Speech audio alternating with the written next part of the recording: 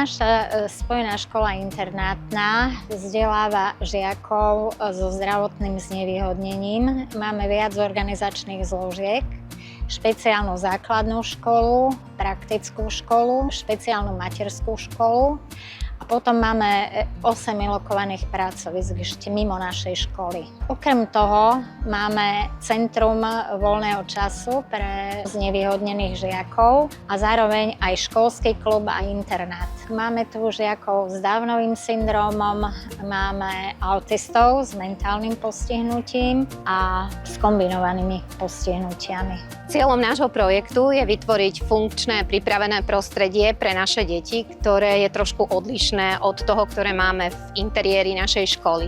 Za mnou vidíte domček, ktorý je v súčasnosti viac menej takým skladiskom a nevyužitou plochou, ktorý máme v exteriéri. No a my sme sa rozhodli, že na základe našej takej žiadosti a spoločnej práce, ktorú sme si naplánovali, by sme vytvorili našim deťom a našim žiakom prostredie, kde by sa mohli učiť takým netradičným spôsobom. Tým, že práca v našej škole je vysoko individuálna, tak si predstavujeme asi ten priebeh celkový taký, že pani učiteľka pracuje maximálne s 2 deťmi v tomto domčeku a vytvára produkty, ktoré nejakým spôsobom súvisia s celým týmto našim exteriérom náučného chodníka, tak aby deti boli o krôčik bližšie k poznaniu, ale takouto formou, ktorá je im o mnoho bližšia, názornou, netradičnou, zážitkovou.